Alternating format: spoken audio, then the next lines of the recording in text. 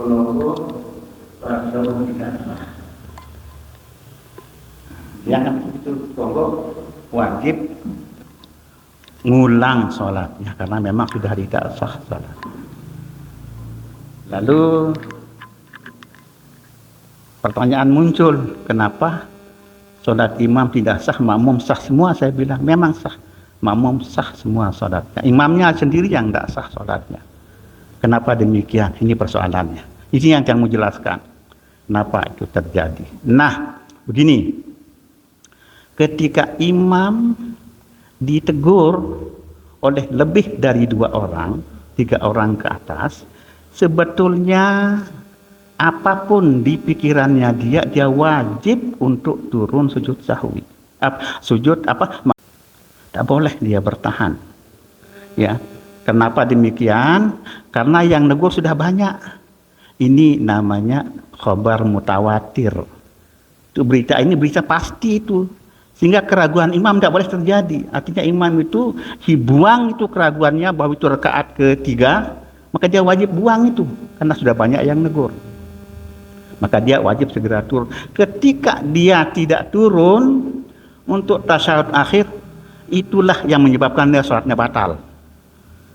Itu dianggap oleh syariat itu dia melaksanakan sholat, menambah berdiri secara sengaja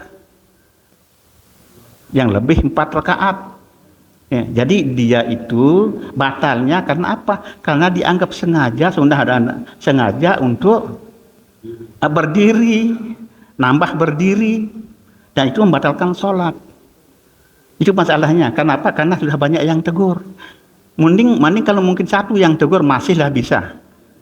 Tapi kalau sudah banyak yang tegur tidak boleh dia. Wajib hukumnya dia turun untuk tasyahud akhir, duduk sama tasyahud akhirnya. Kalau enggak, batal dia sholatnya, otomatis batal dia, seketika dia batal sholatnya. Imam. Nah, itu makanya yang bilang, makanya setelah selesai dia apapun dia lanjutkan mau apa saja, imam ini dia sudah batal sholatnya duluan, batal. Makanya kan berarti kan tidak sah jadinya sholatnya, tidak sah. Kita makmum mufarakah sah sholat kita. Itu. Lalu setelah yang coba komunikasi dengan yang bersangkutan, ternyata pikirannya lain. Pertama dipikirin kayak orang naik lupa tasyahud awal, naik rakaat ketiga, yang sudah kita tahu ketika dia akan turun lagi maka batal sholatnya. Itu kan untuk tasyahud awal kan. Kalau dia lupa tasyahud awal naik ngambil rakaat ketiga, ya ditegur oleh makmum, sementara dia sudah tegak berdiri, tak boleh memang dia turun, tak boleh. Kalau dia turun untuk duduk, ya sudah berdiri dulu, nah itu dia yang batal sholatnya dia. Nah ini yang dipikirin ternyata, ya dia pikiran nanti batal sholat saya kalau saya turun. Nah ini beda ini kasusnya beda. Kenapa? Kalau tasyahud awal itu kan sunat, pekerjaan sunat. Sementara kalau tasyahud akhir itu adalah tasyahud sama duduknya itu rukun. Nah ini persoalannya. Itu bedanya. Jadi kalau umpamanya imam pada rakaat kedua, setelah rakaat kedua dia naik ngambil rakaat ketiga, kemudian makmumnya duduk, ya makmumnya duduk seperti niki, duduk dalam artian tasyahud awal, maka boleh negur imam asalkan imam belum sampai berdiri tegak, boleh, masih di pertengahan boleh, hingga boleh dia turun. Tapi kalau sudah imam ini tegak berdiri, tidak boleh dia turun memang tasyahud akhir, tasyahud awal. Karena memang kalau imam ini turun pada tasyahud awal ini batal sholatnya dia. Itu dia persoalannya. Beda dengan tasyahud akhir. Kalau tasyahud akhir dia begitu ada yang negur lebih dari 2 orang, 3 orang atau dan seterusnya, ya, maka dia wajib hukumnya untuk turun melakukan tasyahud akhir. Kalau enggak turun batal sholatnya dia. Itu dia, batal sholatnya dia. Nggih, sila. Nggih.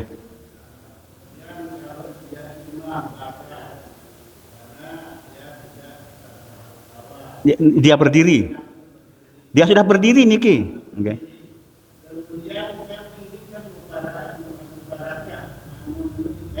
Ya.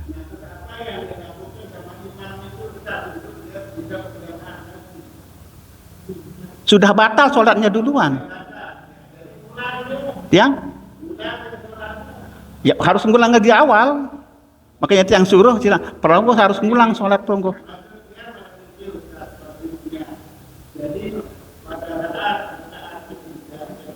Keempat nih. Yang mana kasus yang mana dulu? Kasus awal, bukan kasus akhir gitu. Nggih.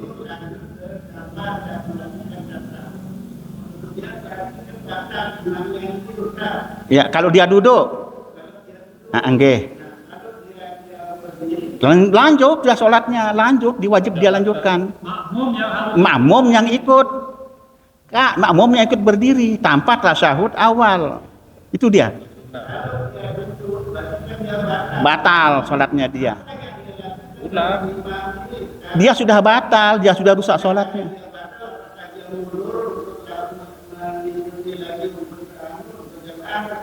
Dia seharusnya minggir. Dia harus minggir. Nah, ini jamaah ini apa yang dia lakukan? Tadi kan imam duduk, batal sholat imam. Apa yang dilakukan? Makmum ini wajib mufaraqah. Wajib mufaraqah berarti dia melaksanakan tasyahud awal sendiri-sendiri. Lanjutkan sholatnya sampai selesai. Yang sudah batal. Mau mundur, mau apa dia sudah batal. Iya, ngulang dia lagi, harus ngulang, wajib ngulang dia. Orang sudah batal. Sholat baru. Boleh dia masbuk maksudnya, boleh dia ikut masbuk. Sama makmum yang Nah, sebetulnya kalau makmumnya paham, harus ada seorang makmum yang maju jadi imam. Nah, lanjut itu. Ya, maju dari imam satu orang. Silakan. Kalau itu yang terjadi, jamaah yang lain mengikuti imam baru. Gitu. Ya, lanjut berjamaah sama imam baru. Imam yang lama ya sudah selesai itu persoalannya. Kalau dia mau sholat lagi sama yang ini, boleh. Boleh dia masbuk. Boleh dia. Ya. Oke, silakan.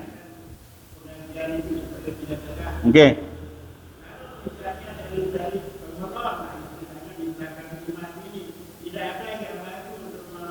Sudah berarti sendiri-sendiri sholatnya sudah mufarakah sendiri-sendiri, ya. Ya kita ikuti. Ada yang maju kita ikuti. Jadi yang maju itu kita ikuti sebagai imam baru. Ya, jamaah lanjutan. Ya, bukan imam yang baru, jamaah yang baru. Ya? Iya, ini langsung proses selanjutnya yang terjadi. Nah, kalau imam ini ya sudah rusak. Ya. Tapi masalahnya dia tidak tahu, masalah dia rusak ini menjadi persoalan. Tidak tahu dia sholatnya rusak. Nah, sementara imam ini panik. Nah, itu dia. Begitu ditegur, panik dia. Semua apa-apa sudah dikerjakan, sudah tidak pakai aturan sholat dia. Iya sudah. Nah, jadi itu persoalannya.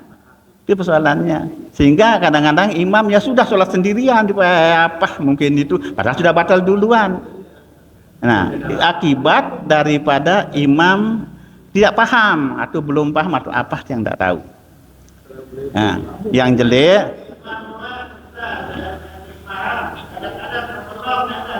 Sama makanya itu yang harus paham semua. Jadi imam sama makmum harus paham ilmunya. Karena itu maka di dalam melaksanakan sholat berjamaah yang paling baik jadi imam adalah orang yang paling paham ilmu tentang sholat.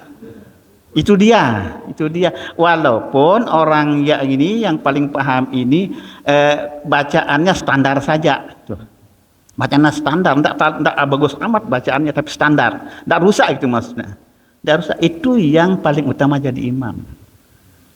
Jadi kalau umpamanya ada dua orang yang sama-sama ini bacaannya sama-sama bagus bacaannya.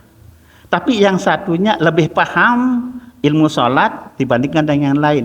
Ini walaupun dia ini adalah sama-sama bacaannya bagus, yang dipilih adalah yang ilmunya itu lebih banyak itu bagus, atau bacaan daripada yang punya ilmu ini standar-standar saja, tidak amat bagus begitu bacaannya, fasihnya dan sebagainya, tapi dia punya ilmu yang banyak tentang sholat, itu yang didahulukan daripada orang yang suaranya bagus, fasih baik ilmunya tidak sebanyak ilmu orang yang ini. Makanya dikatakan jadi imam itu adalah al-afqah, orang yang paling banyak ilmu sholatnya. Baru yang berikutnya sumal aqra, dia orang yang paling bagus bacaannya.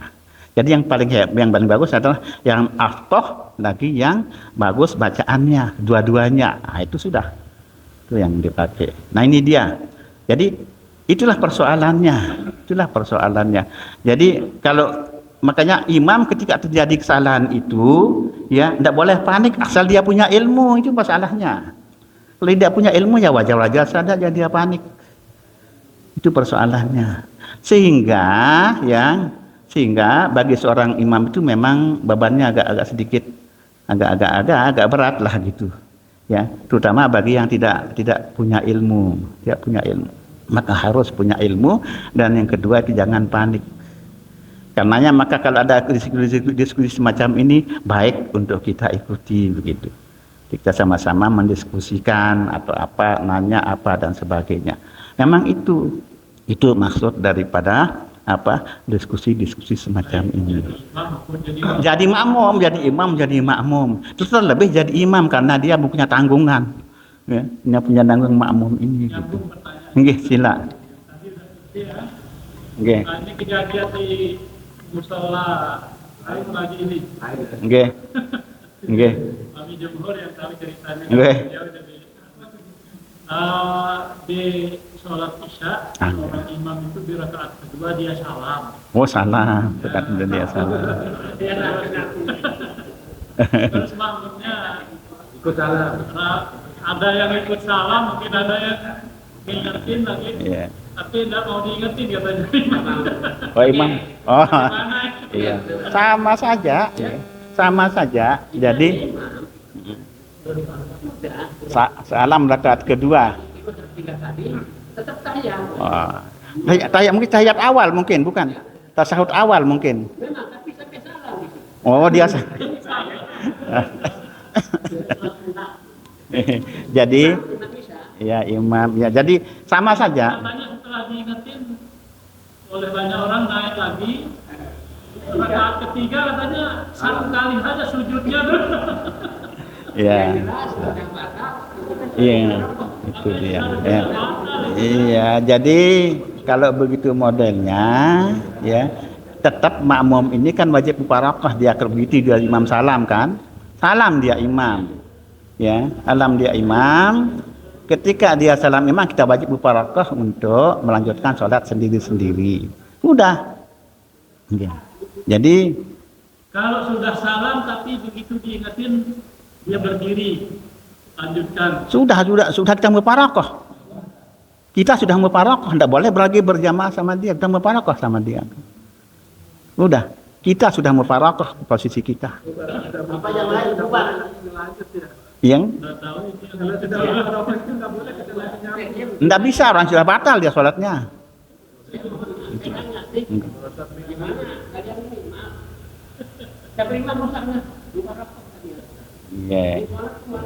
Iya, dia harus ulang. Orang sholat baru. Kita sudah mufarakah begitu. Ya itu dia persoalannya. Itu dia permasalahan. Kaitannya dengan itu persoalannya. Tapi katanya sholat ulang malah ganti imamnya. Makmumnya jadi ulang. Ya. Tadinya kan mereka berjamaah. Saya bilang batal. Kami imam berbangun kan. Hanya sholat ulang itu betul. Imam yang batal. Makmumnya sah sholatnya. Karena dia mufarakah. Kan dia lanjutkan, walaupun dia rakaat dia tasyahud awal jadinya. niatnya Oke. Ini imamnya mendadak ditunjuk jadi imam atau sudah biasa jadi imam? Oh, ya. jika dia sudah saya mau maju ini bawa tongkat kan enak saya mau tarik. Memang kita tahu juga dia paham. Cuma karena kondisinya itu dia kurang sehat. Oh. Sehingga ayatnya pun juga panjang dan tidak baru-baru. Dan batin saya. Artinya Ya. begini, jadi makmum ini ada yang mufarakah, ada yang sholat ulang. Ini yang bagaimana sebenarnya? Seharusnya dia mufarokoh terus selesaikan sholatnya sendiri-sendiri. Atau ada maju yang seperti tadi itu jadi imam. Sholat imam sama imam baru. Seharusnya. Tidak perlu dia tidak ada solusi untuk ngulang sholat sebenarnya. Ya, kecuali kalau dia batalkan sholatnya lain cerita. Ya. Dia batalkan terus ada yang maju satu makmumnya. Iya, jadi ada makmum satu jadi imam baru, kita ikuti itu. Itu harusnya. Harusnya. Ya. Misalnya gini Ustaz, Oke. imam ini kan dia lupa, salah. Saat ingatkan baru dia sadar, kalau dia salah, bangun lagi dia lanjutkan sholat itu. Kalau sudah salah, karena lupa salah. Iya. Jadi kalau imamnya ingat lagi setelah disadarkan, dia naik ngambil lagi kan. Kalau ini kan nanti imamnya dia lupa, dia pikir rakaat keempat misalnya kan. Terus dia salam. Ya, dia salam. Kalau dia melanjutkan lagi setelah dia ingat, itu sah itu sholatnya. Sah dia sholatnya, imam ini sah.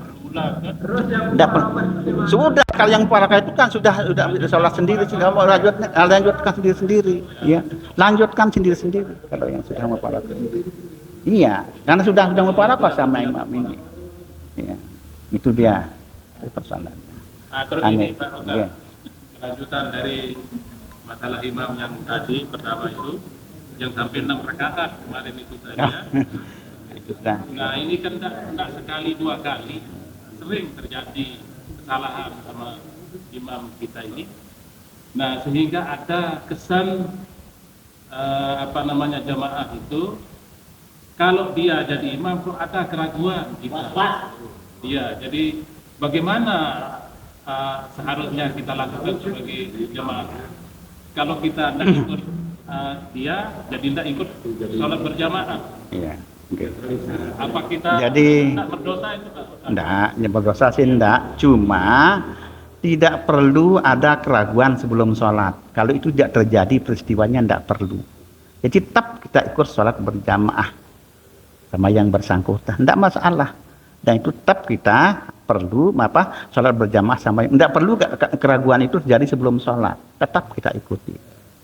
Ya. Kalau dia maju jadi imam. Enggak apa-apa, tetap kita asalkan tahu solusinya untuk setiap masalah yang ada. mungkin kalau ragu ya betul aja.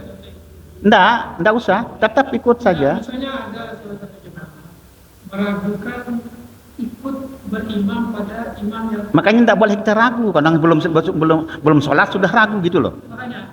Jadi jemaahnya kan ragu sebelum sholat. Apa enggak dia bisa ikut saja keluar keraguan itu? Dihilangin. Bisa aja terjadi. Iya. Jadi kita sholat berjamaah, tetap sholat berjamaah daripada sholat sendiri. Kan tidak ada masalah itu kan. Masalah dia terjadi apa-apa kan. Tidak belum ada masalah, tidak masalah. Tetap kita ikut. Tetap sholat berjamaah. Yang sering terjadi Nggih, tidak apa-apa. Tetap kita sholat berjamaah. Nah itu yang sulit kita dilupakan lah begitu Pak Ustaz.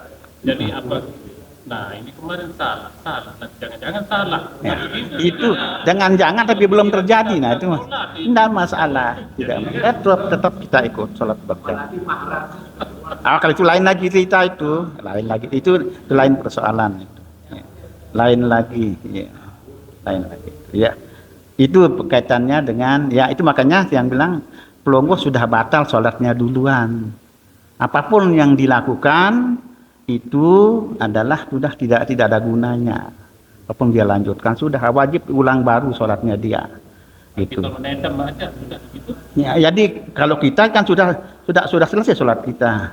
Ya adanya untuk sholat berikutnya. Oh iya, enggak usah, kita ikuti aja. Kita ikut aja. Karena masalah belum terjadi kan. Itu dia. Ternyata setelah dikonfirmasi dan konfirmasi, ternyata pikirannya kayak kasus tasahud awal gitu, enggak boleh duduk kalau ditegur gitu. Kan beda.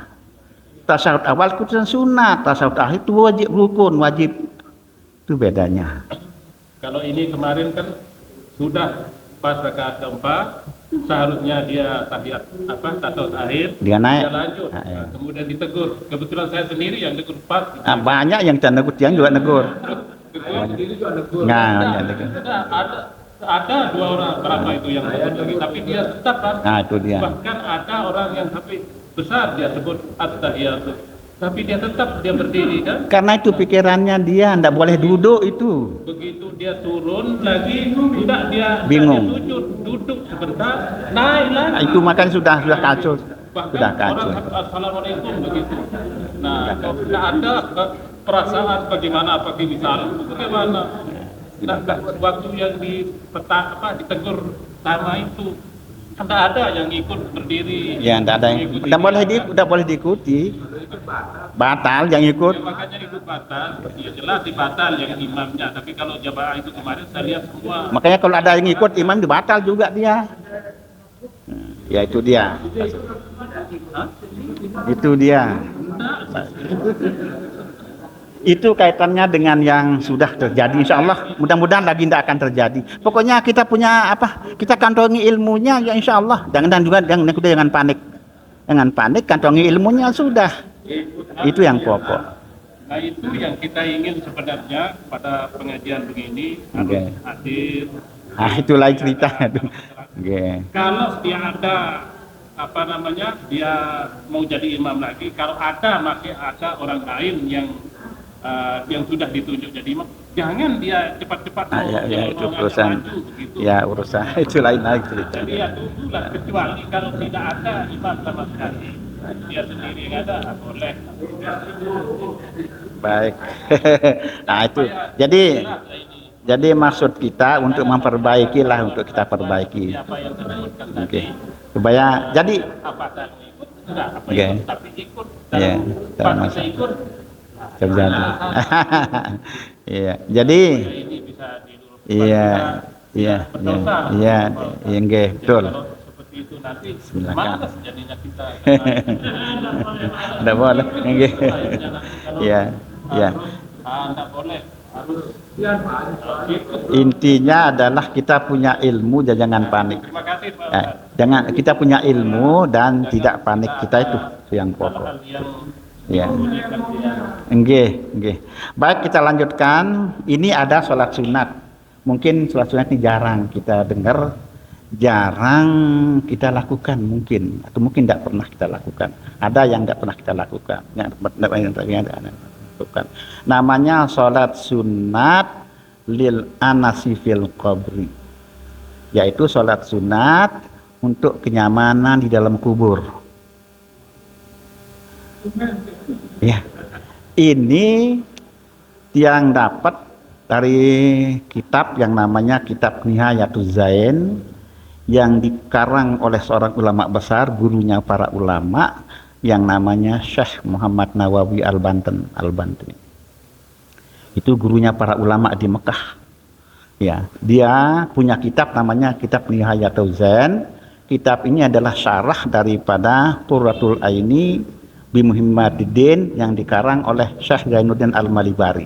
Itu setara dengan Fathul Mu'in kitabnya beliau itu. Nah, di sana yang temukan. Nah, kalau ada yang pernah nanya ke tiang, bagaimana dengan sholat lil anas, sholat sunat lil anas, bagaimana? Itu kan yang nulis itu, yang mempublikasikan itu sholat itu adalah seorang ulama besar.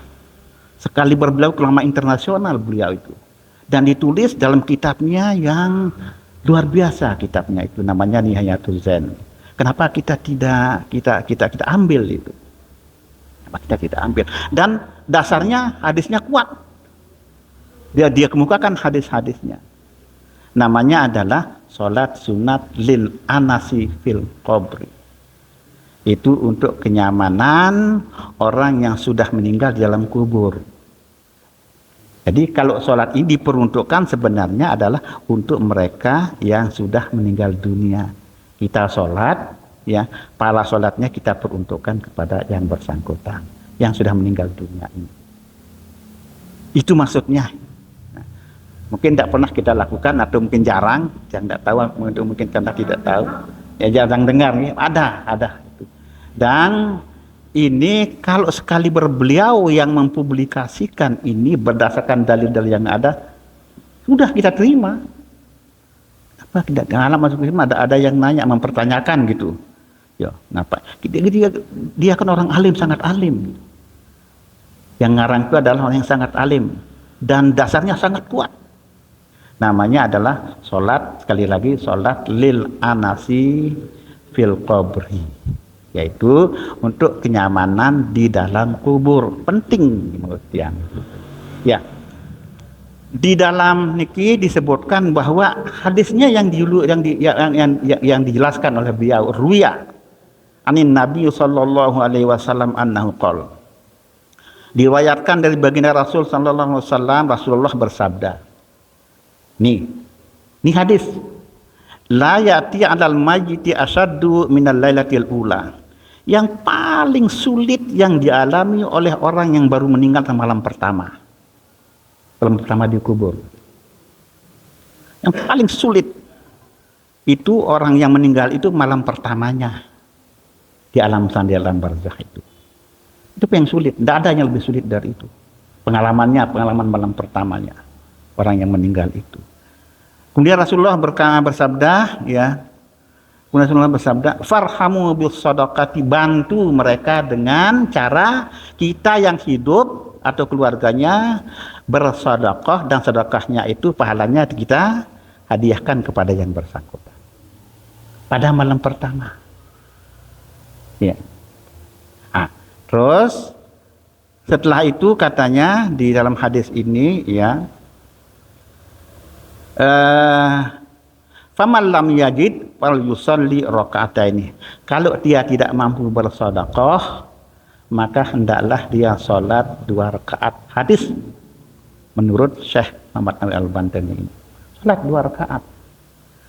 Nah, salat inilah yang disebut sebagai salat lil anasi fil qabri. Salat untuk kenyamanan orang yang meninggal dunia di dalam kuburnya.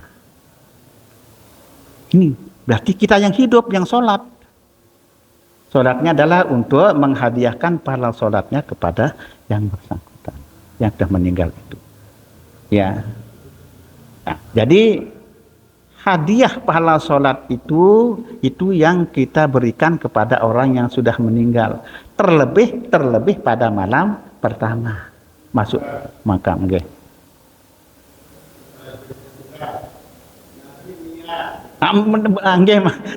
Nggih belum niki.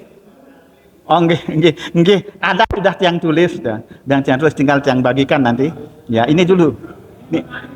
Nggih, betul. Nah, terus memang ya disuruh kita banyak-banyak bersedekah untuk kita hadiahkan kepada yang sudah meninggal. Kenapa? Ada dalilnya juga. Yang tulis hadisnya dari Aisyah radhiyallahu anha, ya. Sahabat Sa'ad, ada seorang sahabat namanya Sa'ad, menghadap ke baginda Rasulullah SAW, dia mengatakan begini, ya, inna ummi tuwfiyat. Rasulullah, baru saja ibuku meninggal, wafat.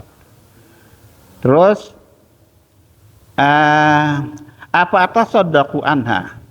Apakah aku bersedekah untuk pahalanya aku hadiahkan kepadanya? Kata Sa'ad ini kepada Rasulullah. Apa kata Rasulullah? Jawabnya, qala na'am, ya. Iya, kata Rasulullah. Sedekah pahalanya hadiahkan kepada ibunya sudah meninggal. Iya. Lalu dia bertanya, qala, ya, fa ayyu sadaqati afdalu? Kalau begitu sedekah apa yang paling afdal?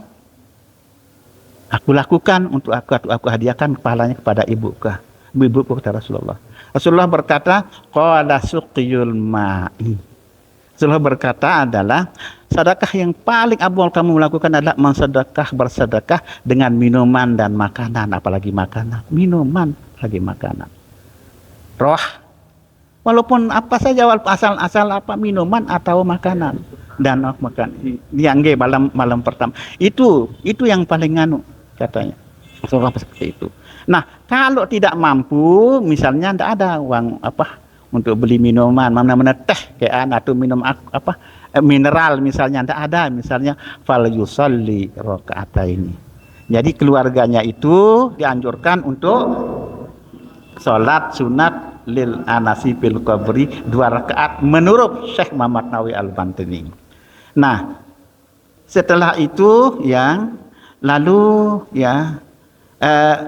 apa yang dibaca tetap kayak biasa. Ya, niatnya apa? Ini sudah yang catatkan di sini. Atau kita bagikan dulu mungkin ya. Ada beberapa fotokopian. Ya. Nah, ini. Nah, ini. Itu.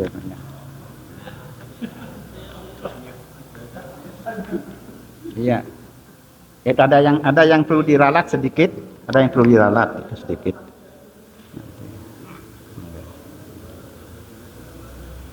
Nah, yang lanjutkan dulu anunya ini fadilat daripada sholat ini, ya. Nah, di sini disebutkan, tidak apa-apa sedikit lewat guys, lewat azan sedikit aja, oke. Nah, kalau ini yang dilakukan setelah salam, nanti orang ini berdoa, ada doanya kecil sedikit, pendek doanya. Apa doanya? Ya. Allahumma inni shallaitu hadhihi sholata wa ta'lamu ma uridu. Allahumma ba'ats sawabaha ila qabri fulanin bin fulan. Fa yab'atsullahu min sa'ati ila qabri alfa malakin ma'a kulli malakin nurun wa hadiyatun yu'nisunahu ila yaumi yunfakhu fis-sur. Nah, ini faedahnya sholat ini adalah setelah berdoa, Allah akan mengirimkan 1000 malaikat kepada orang yang meninggal dalam kuburnya dalam perkara. 1000 malaikat dikirim oleh Allah pada saat itu juga,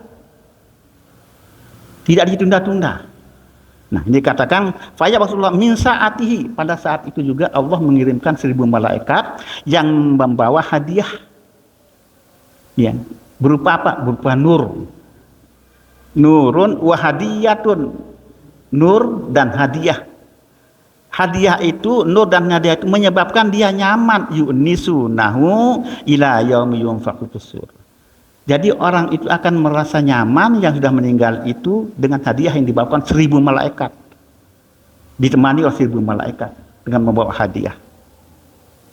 Sehingga yang meninggal ini dalam kuburnya adalah orang barzakh sana akan merasa nyaman sampai dengan hari kiamat.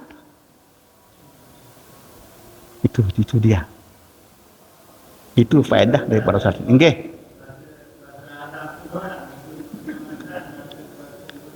Nggih makin. Nggih makin. Nggih. Terus itu dulu faedahnya, itu dulu anunya. Kalau ini hadis lagi. Ini hadis Rasulullah yang dikutip oleh Syekh Muhammad Nawawi Al-Bantini. Nggih?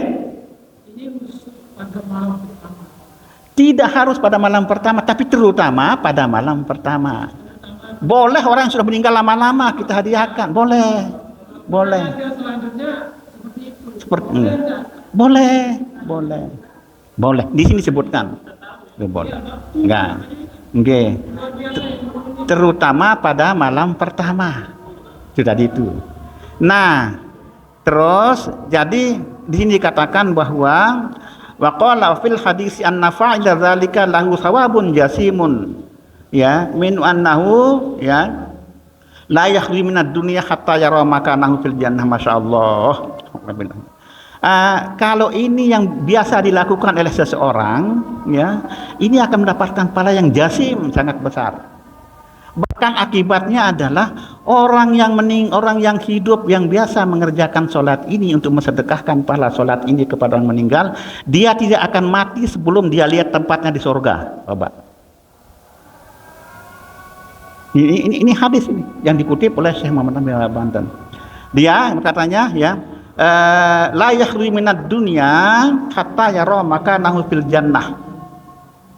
Dia tidak akan dicabut nyawanya sebelum dia melihat tempatnya di surga. Kan luar biasa. Kayaknya itu yang kutip yang ini. Sekarang bagaimana kita tidak percaya? Orang yang nulis ini, orang yang ini adalah ulama sangat besar.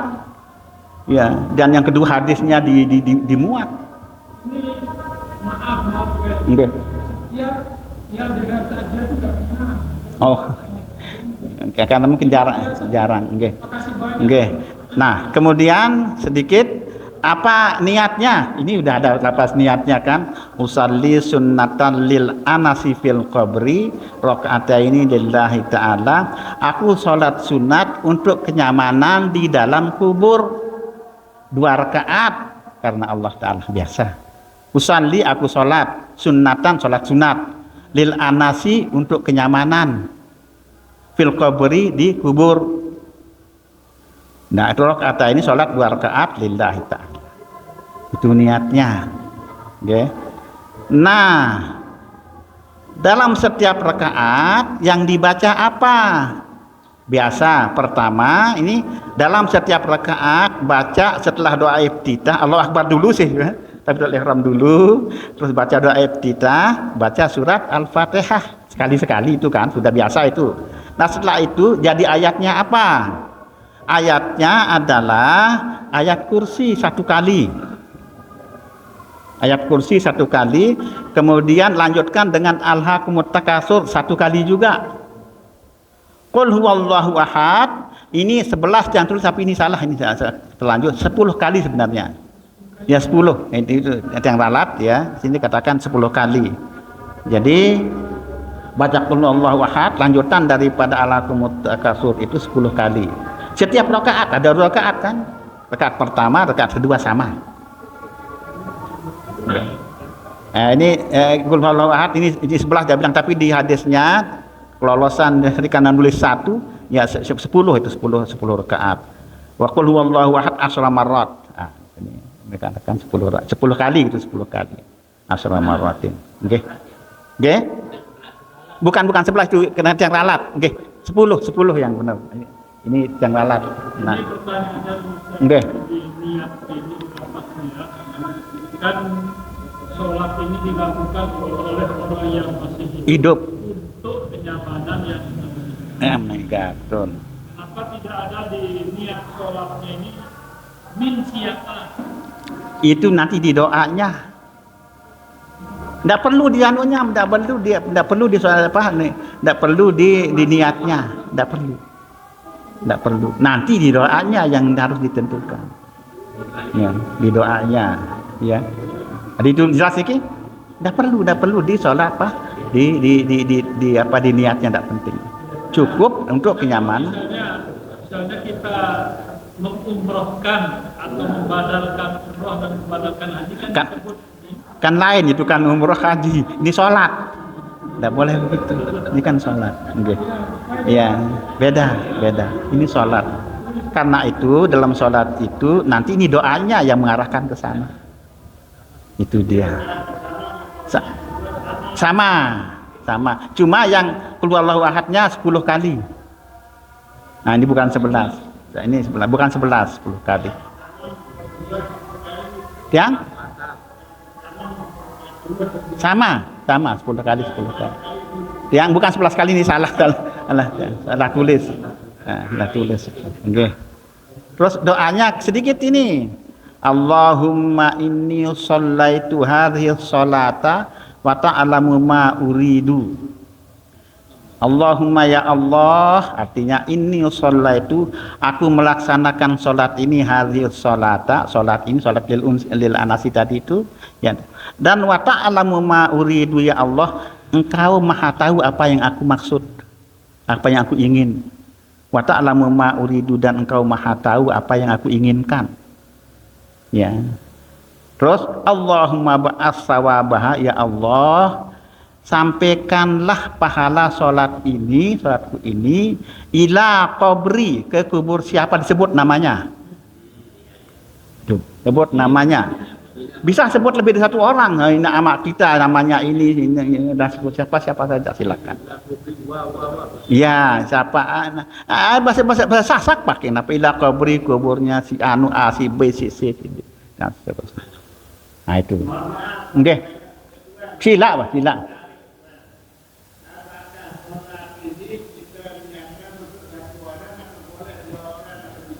Ini kan doa niki yang menandakan nanti. Iya, doanya ila qabri siapa.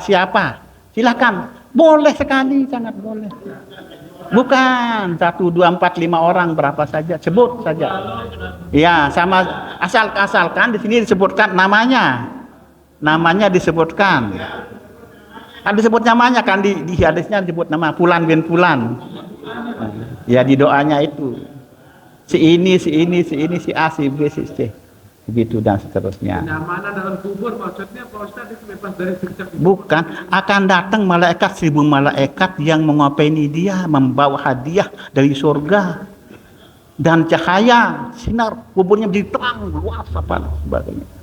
Kemudian dia membawa hadiah dan ditemani sampai dengan hari kiamat bersangkutan. Luar biasa. Iya. Sebanyak-banyaknya, sesering-seringnya kita lakukan. Sesering-seringnya semakin bagus. Dan orang yang mengerjakan ini yang tadi dimaksudkan, orang yang sering melaksanakan sholat ini, dia itu nanti pahalanya sangat besar dan dia tidak akan meninggal dunia sebelum dia tahu tempatnya di surga, belum dia lihat. Nah itu hadisnya seperti itu yang dikutip. Silakan saja, silakan. Dan paya basopin annafanya yang simakal babu tubali abdin wal zaba ala hadil shalah kullatit. Malah ini dikatakan bahwa Rasulullah bersabda, tuba beruntung di abdin bagi seorang hamba wal zaba ala hadil shalah kullalatin yang mengerjakan salat ini setiap malam dianjurkan. Ya.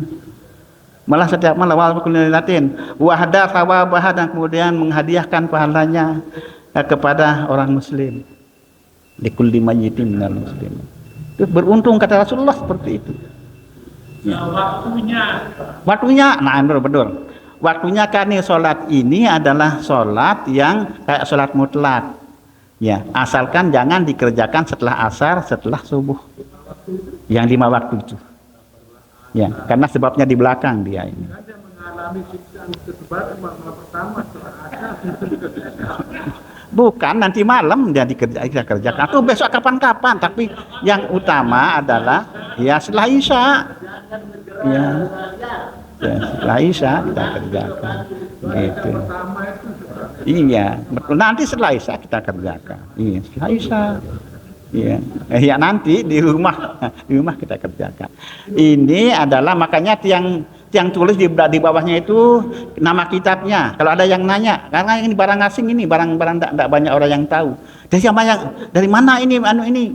Saya yang tulis sumbernya. Namanya kitabnya Nihayatul Zain fi Irsyadil Mubtadiin Asy-Syaikh Abu Abdul Muqri Muhammad bin Umar bin Ali An-Nawawi Al-Jawi Al-Bantani. Ini adalah nama kitabnya, nama pengarangnya sekaligus. Kalau orang yang mau ngecek silahkan cek di kitab ini. Itu maksudnya. Ini sumbernya yang pakai. Nah, yang tuliskan di bawah. Kalau ada yang nanya, karena mungkin baru dengar atau tidak terlalu banyak yang tahu gitu. Silahkan dicek. Yang tadi itu adalah yang qul huwallahu itu adalah 10 kali, bukan 11. Nggih. Jadi jelas niki? Mudah-mudahan bermanfaat nggih. Nah, mudah-mudahan bermanfaat. Silakan mari kita sebisa-bisanya kita laksanakan. Ya. Untuk orang tua kita kan, untuk siapa saja lah yang kita sayangi, ya itu dia. Supaya dia merasa nyaman di dalam alam barzakh sana. Ya, dan itu akan ditemani sampai dengan hari kiamat. 1000 malaikat yang menemani mereka. Ya, Dan kita yang mengerjakannya itu adalah itu dianjurkan oleh Rasulullah, dia tidak akan keluar nyawanya dari rohnya dari badannya sebelum dia lihat tempatnya di surga. Kan luar biasa itu, luar biasa. Menurut hadisnya yang dikutip oleh Syekh Muhammad Nawawi Al-Bantani. Nah, jadi kalau umpamanya meragukan sholat ini, silakan proses kepada Syekh Muhammad Nawawi Al-Bantani yang begitu alim. Tidak mungkin orang sekaliber beliau itu akan mempublikasikan yang itu juga keramatnya beliau. Dia itu waktu keramatnya beliau ini Syekh Muhammad Nawawi Al-Bantani, ketika malam dia berpergian, malam tengah malam itu dia berpergian, terus pas dia mau ngarang kitabnya itu, tapi kan sudah di tengah malam tidak ada lampu, dia kan nyala lampunya adalah telunjuknya yang nyala untuk menulis. Keramatnya luar biasa beliau. Di karamahnya waliullah, seorang waliullah sangat besar ya. Nah, itu jadi malam dia tidak bisa nulis, lampu telunjuknya yang nyala jadi senternya. Wah, luar biasa waliullah. Dan katanya kan dia setelah dibongkar makamnya utuh sama sekali, sangat sampai sekarang. Luar biasa. Nah, ini yang nulis kitab itu dia. Ya, dan mereka adalah gurunya daripada para ulama di dunia. Termasuk katanya Syekh Hasyim Asy'ari belajar di sana. Ya. Yang orang alim di Indonesia. Ada yang lain-lain banyak. Ya, itu dia. Nah, maksudnya apa yang kita ragukan begitu. Ya, apa yang kita ragukan, dasarnya kuat. Dasarnya. Baik. Wallahu subhanahu wa ta'ala alam bisawab. Subhanakallahumma bihamdika asyhadu an la ilaha illa anta astaghfiruka wa atubu ilaik. Assalamualaikum warahmatullahi wabarakatuh. Agak panjang tak apa.